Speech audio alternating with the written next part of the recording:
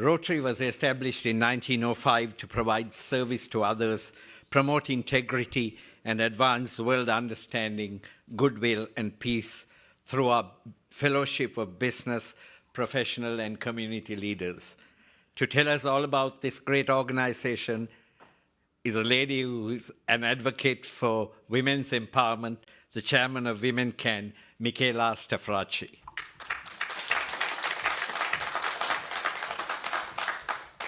Well, hello everybody, and on behalf of the organisation, our charity Women Can Australia, I too would also like to acknowledge the traditional owners of the land on which we're meeting today. Now, as a new Rotarian, a relatively new Rotarian, one of the things that delights me is how much we do. We're doers. Give us a job and we're sorted. But for my horizon, it was no broader than the club in which I was a member. And so recently, I had the opportunity to learn a little bit more about the horizon beyond our club. And I thought it would be interesting, brackets although a little bit dull, but I'll try and make it interesting for you, to learn about how Rotary at a global level fits from the club perspective. So let me start with the thing that brings us all together, and that's our four-way test.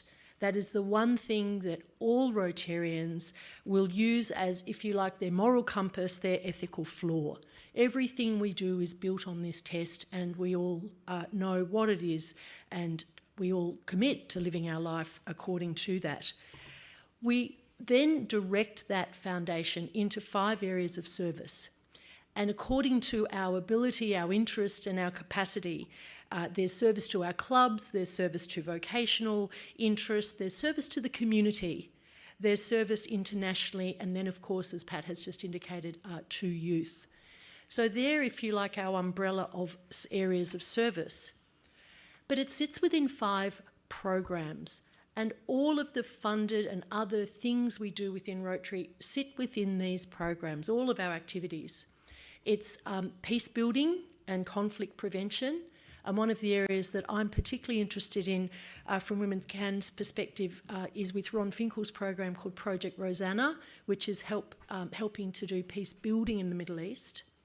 Disease prevention and treatment, and look at the reputation Rotary has built over the years with the polio eradication program. Water, sanitation and hygiene. In the various clubs that I've visited where there's been speakers talking to the programs they're doing, bringing clean water and improved sanitation in developing countries. It has an incredible impact, particularly in schools where children are raised. Maternal and child health, of course, and then basic education and literacy. So if we think about those 5 programs, all of what we do sits within those. I wanted to give you a few stats because this is always fun. Did you know there are 46,000 Rotary clubs around the world? They then hub up, if you will, into a series of districts, of which there's 537, and then into zones. There's 34 zones across 270 countries. Now, I should quickly hasten to add that I've got 270 countries, but there aren't 270 countries. As you know, it's more like 180, but there are recognised states, so I've thrown them all in together. Apologies.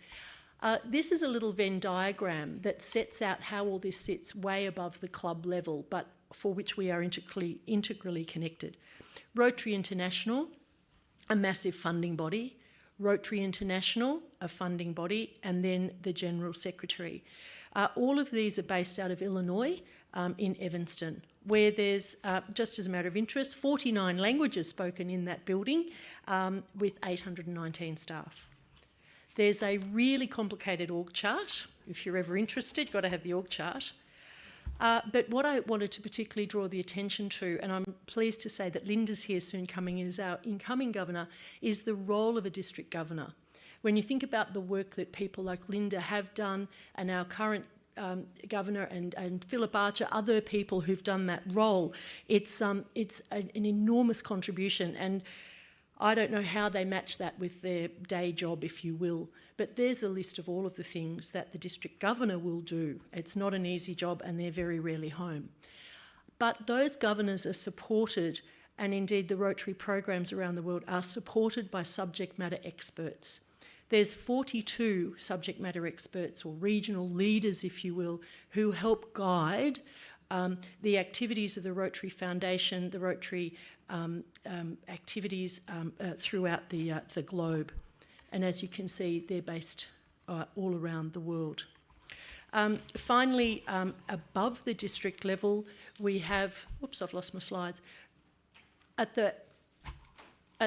I'm not sure how that works, but anyway, there's an international assembly, a convention, there's a council, there's institutes, there's regional leaders, there's regional training seminars, and one that I had never heard of but I wanted to mention is the Arch Clump Society, which Arch was the founder of the Rotary Foundation, not Rotary specifically Paul Harris, but he was a mate of Paul Harris's, and this foundation or society recognises those Rotarians who've donated over $250,000 USD, US American dollars. So you can see that this is a highly complicated, global reaching organisation, and when you think about our little bit, it's also useful to know how that little bit fits with the bigger cog that is Rotary. So thank you very much for your time.